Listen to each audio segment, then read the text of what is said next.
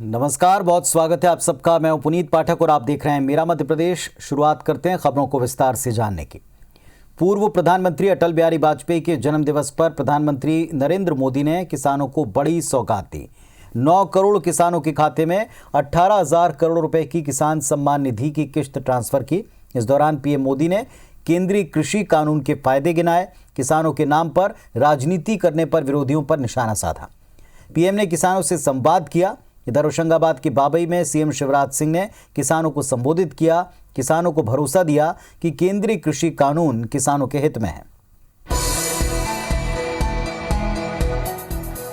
प्रधानमंत्री नरेंद्र मोदी ने बटन दबाया और एक क्लिक में देश के 9 करोड़ किसानों के खाते में 18,000 करोड़ रुपए की राशि ट्रांसफर हो गई। और इधर किसानों के खाते में पैसा जमा होने के एसएमएस पहुंचना शुरू हो गए। किसान सम्मान निधि का पैसा आने पर किसानों के चेहरे पर खुशी देखी गई। प्रधानमंत्री के यहाँ कार्यक्रम में मैं आया तो जैसे ही मोदी जी ने रिमोट का बटन दबाया उसके कुछ 5 मिनट बाद मेरे खाते में 2,000 रुपये आ गए। भरोसा हो गया कि वाकई में मोदी जी ने जो भी काम कर रहे हैं सही कर रहे हैं। प्रधानमंत्री नरेंद्र मोदी ने इस कार्यक्रम के माध्यम से किसानों को केंद्रीय कृषि कानूनों के फायदे गिनाए, साथ ही विरोधियों पर जमकर बरसे। प्रधानमंत्री ने कहा कि किसान कानूनों पर अफवाहों की राजनीति हो रही है। सालों तक सत्ता में रहने के बाद भी किसानों के लिए कुछ न करने वाले आज हम पर उंगली उठा रहे हैं। पीएम मोदी ने कहा, गहन अध्ययन करने के बाद कृषि कानून लाए गए। उन्होंने किसानों से अपील की कि वो आंदोलन छोड़कर वार्ता करें। कुछ लोग किसानों के बीच भ्रम फैला रहे हैं कि एमएसपी समाप्त की जा रही है, कि मंडियों को बंद कर दिया जाएगा। मैं आपको फिर ध्यान दिलाना चाहता हूं कि इन कानूनों को लागू हुए कई महीने बीत गए हैं। क्या आपने देश के किसी एक कोने में एक भी मंडी के बंद होने की खबर सुनी है? प्रधानमंत्री ने देश के किसानों से संवाद भी किया। उन्होंने धार जिले के चिकलिया गांव के किसान मनोज पाटीदार से सीधे बातचीत की। मनोज ने पीएम को अपनी खेती की जानकारी देते हुए बताया कि उन्हें समय समय पर सरकारी योजनाओं का लाभ मिल रहा है। और किसान सम्मान निधि से किसानों को, छोटे किसानों को उसका बहुत फायदा मिलता है। ये बात किसान भी महसूस कर रहे हैं। इधर होशंगाबाद जिले के बाबई में मुख्यमंत्री शिवराज सिंह चौहान भी किसान सम्मेलन में शामिल हुए। मुख्यमंत्री शिवराज सिंह चौहान ने कहा कि पीएम मोदी किसान सम्मान निधि की राशि 6,000 रुपए दे रहे हैं। मध्य प्रदेश में हमने इसमें 4,000 रुपए जोड़कर ये राशि 10,000 रुपए कर दी है। शिवराज सिंह ने किसानों को भरोसा दिया कि किसान कानून किसानों के हित में है। विपक्षी दलों पर निशाना साधते हुए उन्होंने कहा कि खेती न करने वाले कृषि कानूनों का विरोध कर रहे हैं। ये तीनों किसान कानून किसान के हित में प्रधानमंत्री जी ने बनाए। कोई नहीं रोक सकता। मंडी चलेंगी और अच्छी बनाएंगे। नरेंद्र मोदी जी, मध्य प्रदेश की 8 करोड़ जनता आपके साथ है। हम किसान कानूनों का समर्थन कर रहे हैं। प्रधानमंत्री का संबोधन मध्य प्रदेश में कई जगह सुना गया। जबलपुर के मानस भवन में कार्यक्रम आयोजित हुआ।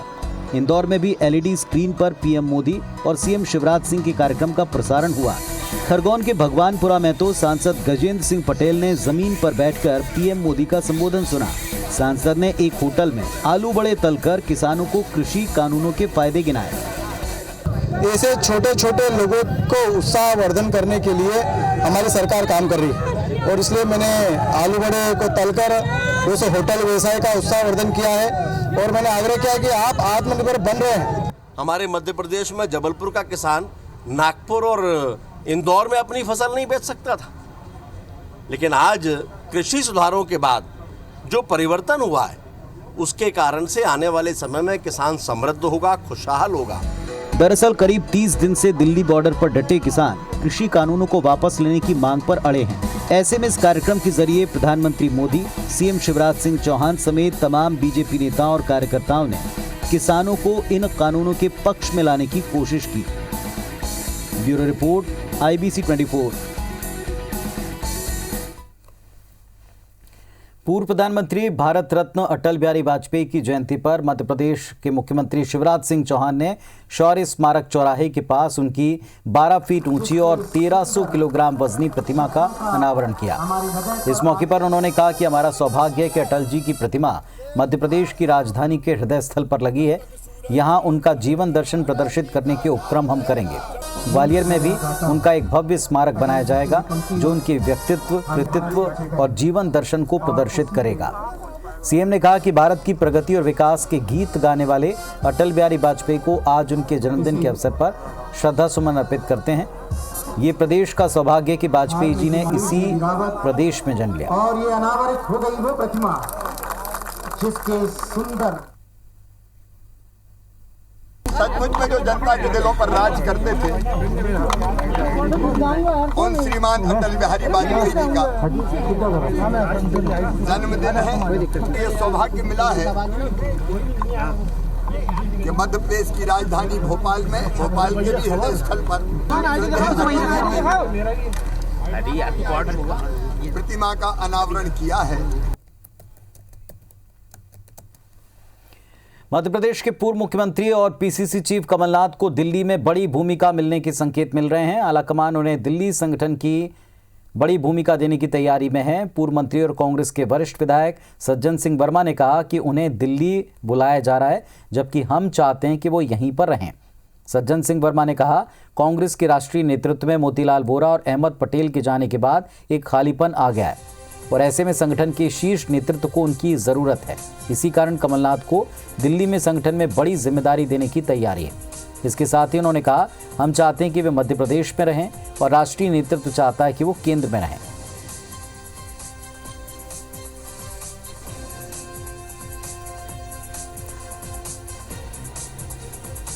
मोतीलाल जी वोरा साहब और अहमद पटेल जी के मृत्यु के बाद एक हाईकमान को कुछ अनुभवी लोगों की आवश्यकता निश्चित रूप से है। अब केंद्र वाले चाहते हैं कि कमलनाथ जी वहाँ आ जाएं, मध्य प्रदेश के हम लोग चाहते हैं कि हम नायब साहब को जाने नहीं देंगे, हम यहीं रखेंगे। बिहार चुनाव में जीत का खाता खोलने वाले असदुद्दीन ओवैसी की पार्टी AIMIM अब मध्य प्रदेश में दस्तक देने की तैयारी में है। मध्य प्रदेश में होने वाले नगरीय निकाय चुनाव में AIMIM के उतरने के ऐलान के साथ ही प्रदेश में सियासत गरमाने लगी। कांग्रेस के साथ भाजपा भी असदुद्दीन ओवैसी पर निशाना साधना शुरू कर चुकी है। जबलपुर में लोकसभा के मुख्य सचेतक और सांसद राकेश सिंह ने AIMIM के मुखिया ओवैसी पर निशाना साधते हुए कहा कि मध्य प्रदेश की संस्कृति ऐसी नहीं जिस तरह की ओवैसी समझ रहे हैं, क्योंकि इसके पहले भी ओवैसी और उनके जैसे कई लोग आए, इसलिए आने दीजिए, कोई फर्क नहीं पड़ता। भाजपा नगर निगम चुनाव के लिए पूरी ताकत के साथ जमीनी स्तर पर तैयार है। ऐसे बहुत से ओवैसी और इस तरह के लोग आए, लेकिन मध्य प्रदेश की संस्कृति को बदल नहीं पाए। आने दीजिए, भारतीय जनता पार्टी पूरी ताकत के साथ जमीन पर तैयार है। जब भी चुनाव आयोग चुनावों की घोषणा करेगा, उसके पश्चात चुनाव होंगे और भारतीय जनता पार्टी भारी बहुमत के साथ इन नगरीय निकाय चुनावों में भी जीत हासिल करेगी। ब्रिटेन में मिले कोरोना के नए स्ट्रेन को लेकर इंदौर में चिंता बढ़ गई। 18 दिसंबर को यूके से इंदौर लौटा 28 साल का एक युवा कोरोना पॉजिटिव पाया गया। उसे सुपर स्पेशलिटी हॉस्पिटल में भर्ती किया गया है। आगे की जांच के लिए युवक का सैंपल अब पुणे की वायरोलॉजी लैब या NCDC दिल्ली भेजा जाएगा। मरीज का परिवार जूना रिसाला में रहता है। उनके परिवार के सदस्यों को सेवाकुंज अस्पताल में भर्ती किया है। स्वास्थ्य विभाग अब उनके संपर्क में आए लोगों की कॉन्टैक्ट ट्रेसिंग करने में जुटा है। हालांकि जो मरीज कोरोना पॉजिटिव पाया गया उसकी हालत फिलहाल स्थिर है। उसमें कोरोना के लक्षण भी कम दिखाई दे रहे हैं। इधर स्वास्थ्य विभाग ने अब तक ब्रिटेन से लौटे 125 यात्रियों को ट्रेस कर लिया, जिनमें से अभी तक कुल 68 यात्रियों के टेस्ट हुए हैं, जिनमें एक ही मरीज पॉजिटिव बताया गया है।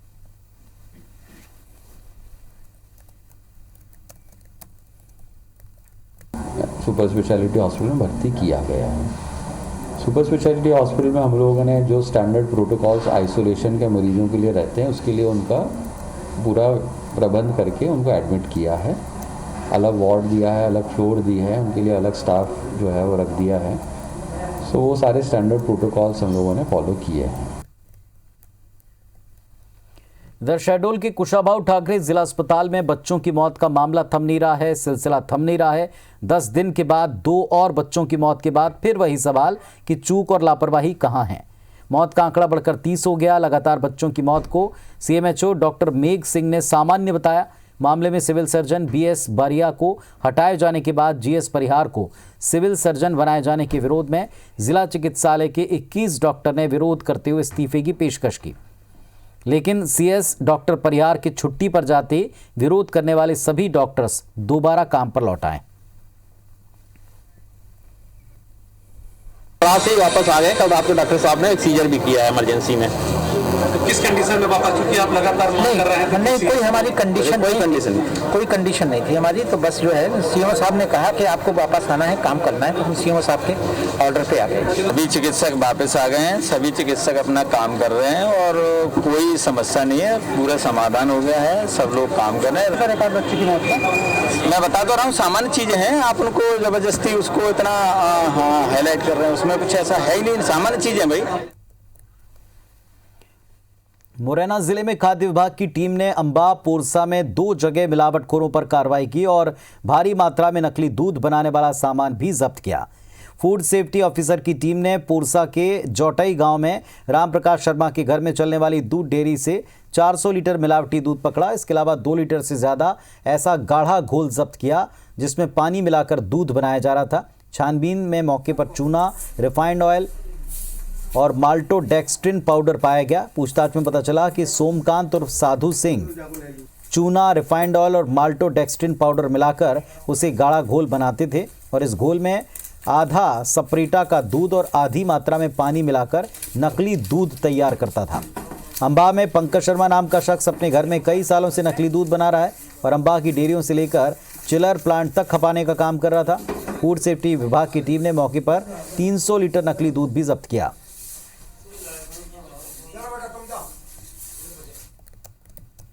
माल्टोडेक्स्ट्रिन पाउडर, चूना आदि मिलाकर नकली दूध तैयार कर रहा था और जो अंबा में जो पंकज शर्मा नाम का व्यक्ति था वो अपने घर पर ही माल्टोडेक्स्ट्रिन पाउडर दूध में मिला रहा था। पर आज 2 एफआईआर की कार्रवाई की गई है। छतरपुर में एक पटवारी को भरी सभा में किसान को 4,000 रुपए लौटाने पड़ गए। पटवारी ने रुपए किसान से रिश्वत के तौर पर लिए थे। मामला जिले के गौरेहार तहसील के बरहा गांव का है, जहां कलेक्टर शीलेंद्र सिंह ने चौपाल लगाई थी। कलेक्टर इस दौरान ग्रामीणों की समस्याएं सुन रहे थे। तभी रामकुमार नाम के एक बुजुर्ग किसान ने उनको बताया कि उसकी जमीन नापने के लिए पटवारी ने 4,000 रुपए की रिश्वत ली। इस पर कलेक्टर ने भरे चौपाल पर पटवारी को बुलवाया और उसी समय पटवारी से 4,000 रुपए बुजुर्ग किसान को वापस लौटवाए। अपना पैसा वापस पाकर किसान काफ़ी खुश हुआ, प्रशासन को धन्यवाद दिया।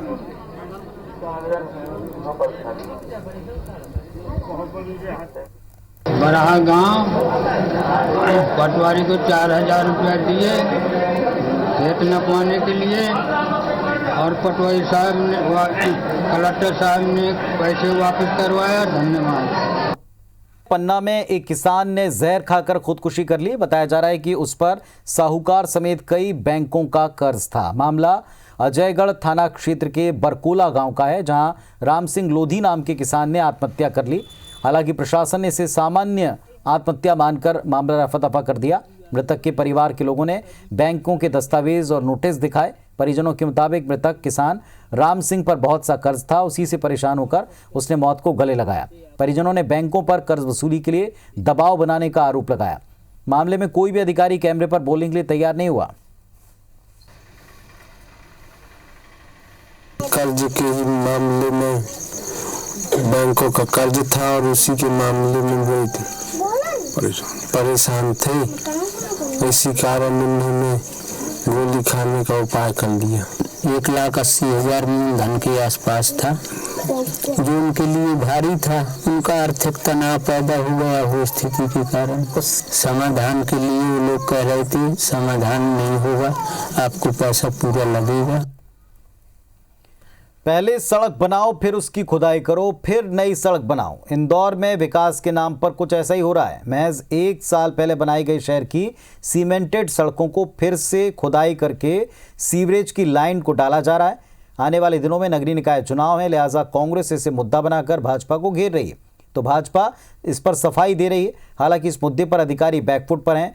पार्क रोड रेलवे स्टेशन के सामने बंगाली चौराहा, करीब 1 साल पहले यहाँ की सड़कें बनी, लेकिन इन सड़कों को फिर से खोदा गया। यही हाल अमूमन शहर की सभी प्रमुख सड़कों का है। अब एक बार फिर से खोदकर यहाँ सीवरेज की पाइपलाइन डालने का काम किया जा रहा है।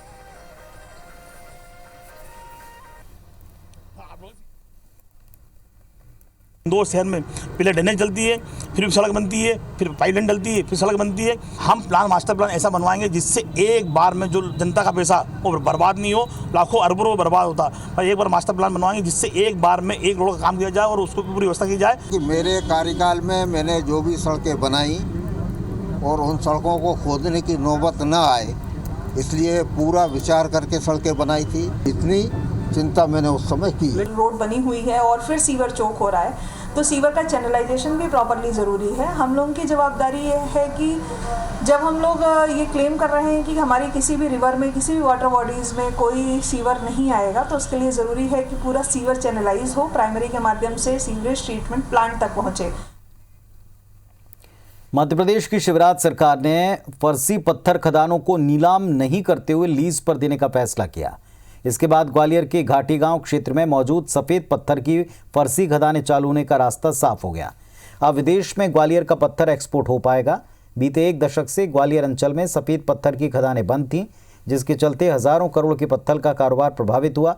शिवराज सरकार के फैसले के बाद अब ग्वालियर के स्टोन पार्क को पर्याप्त मात्रा में कच्चा माल मिल पाएगा। सरकार ने लीज प्रक्रिया को मंजूरी देकर खदान संचालकों को बड़ी राहत दी। प्रत्येक हेक्टेयर पर सालाना लीज रेंट 1.5 लाख रुपए सरकार लेगी। पहले लीज रेंट 2 लाख रुपए सालाना प्रति हेक्टेयर थी।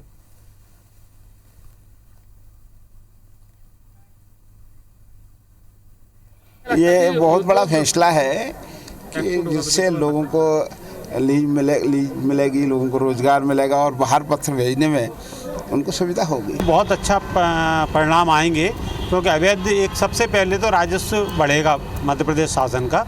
जो अवैध लीगल माइनिंग होती थी उसको लीगलाइजेशन हो जाएगा, अच्छी तरह से व्यवस्थित रूप से चलने लगेगा। और जब खदानें सही हो जाएंगी तो हमें एक्सपोर्ट के भी अच्छे ऑर्डर मिलेंगे। जबलपुर में सरकारी जमीन पर बनी आलीशान अमृत हाइट्स पर कभी भी प्रशासन का बुलडोजर चल सकता है। अमृत हाइट्स के दस्तावेजों में फर्जीवाड़ा सामने आने के बाद प्रशासन इस आलीशान अपार्टमेंट को गिराने की योजना बना रहा है। जिला प्रशासन की जांच में इमारत पूरी तरह अवैध पाई गई। कलेक्टर के निर्देश पर जमीन के दस्तावेज खंगाले गए, जिसमें ये उजागर हुआ कि मध्य प्रदेश राज्य सड़क परिवहन निगम की करीब 30,000 वर्ग फुट जमीन पर नरेंद्र विश्वकर्मा सालों से काबिज जरूर था, लेकिन असली मालिक वो नहीं है। जांच पड़ताल के बाद प्रशासन ने जमीन का नामांतरण रद्द कर दिया है। वहीं अमृत हाइट्स में फ्लैट खरीदने वाले खरीदारों के नामांतरण भी निरस्त कर दिए हैं।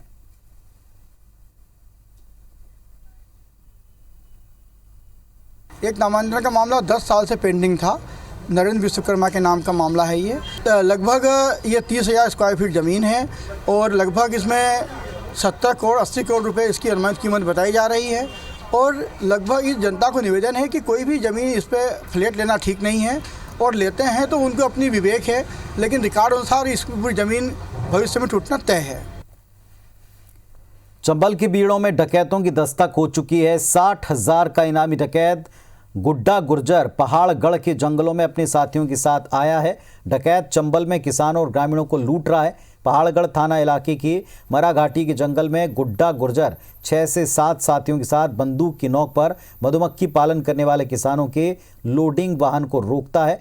उसमें सवार 4 लोगों को जमकर पीटा, 10,000 रुपये और उनके 4 मोबाइल छीनकर वो वहां से फरार हो गया।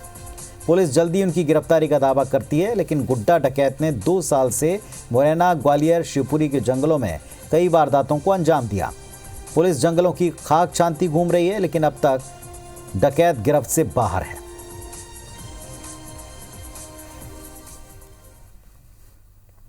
इंदौर में एक युवती अलग अलग दुकानों पर जाकर पेटीएम के फ्रॉड क्लोन ऐप का इस्तेमाल कर दुकानदारों को ठग रही है।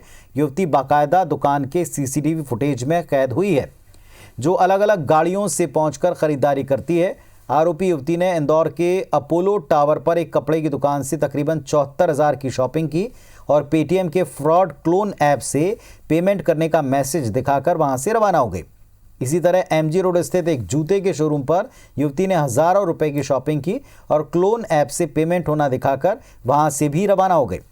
युवती हमेशा गाड़ियों के नंबर बदल बदल कर दुकानों पर पहुंचती है और फ्रॉड करके वहां से चंपत हो जाती है। पुलिस मामले की जांच की बात कह रही है।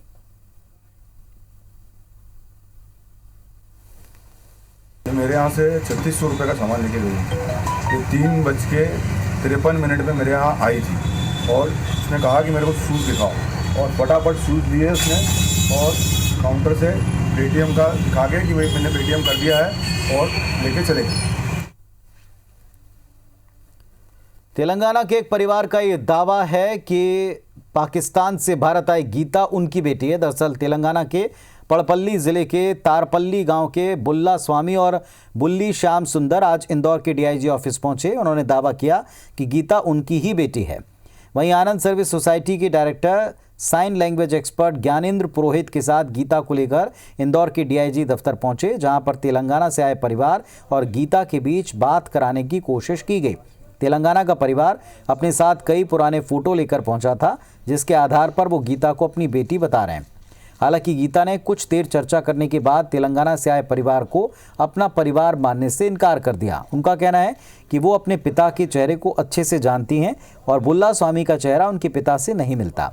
इधर तेलंगाना से आए स्वामी का कहना है कि उनके भाई की बेटी भी 15 से 20 साल पहले गुम गई थी और वो भी बोलने और सुनने में असमर्थ थी। एक बार नज़दीक जाके देखता है तो हमको और अच्छा हमको पहचानेगा हमारा बेटी बोल के इतना दूर आया था। मगर अभी अनलकी क्या हो गया, बहुत साल हो गया, 20 साल का लगभग हो रहा, तो अब नहीं हमारा बेटी नहीं पहचान नहीं पा रहा। मगर हमारा भैया ने बोल रहा ये पक्का हमारा बेटी है, उसमें कुछ डाउट ही नहीं है। अभी भी DNA टेस्ट करवाने के लिए गवर्नमेंट को निवेदन कर रहा है। अब लगातार कैंपिंग करेंगे, 27 को लेके जा रहे 4-5 दिन के लिए वापस उसी रीजन में, और मराठवाड़ा और तेलंगाना क्षेत्र में ही हम लोग कर रहे हैं, क्योंकि वहाँ से और भी पहले 2 दावे और आए थे, तो वो भी लेकिन उनका DNA नहीं मिला था और भारत सरकार ने DNA मैच कराया था। लगातार हमारा प्रयास जारी है। पूर्व प्रधानमंत्री अटल बिहारी वाजपेयी के जन्मदिन के मौके पर इंदौर में शिक्षा की दीवार की शुरुआत की गई, जहां कोई भी ज़रूरतमंद स्टूडेंट के लिए अपनी पुरानी किताबें छोड़ सकता है। शिक्षा की ये दीवार शहर के पलासिया आदर्श मार्ग पर बनाई गई है। दरअसल ज़्यादातर लोग अपनी पुरानी किताबों को रद्दी में बेचते हैं, लेकिन इन किताबों का इस्तेमाल उन ज़रूरतमंद स्टूडेंट के लिए हो सकता है जो किताबें खरीद नहीं सकते। ऐसे में शिक्षा की ये दीवार ज़रूरतमंद स्टूडेंट के लिए काफ़ी मददगार साबित होगी। शिक्षा की दीवार की इस पहल के बाद कई लोगों ने आकर नई और पुरानी किताबें यहाँ लाकर रखी हैं।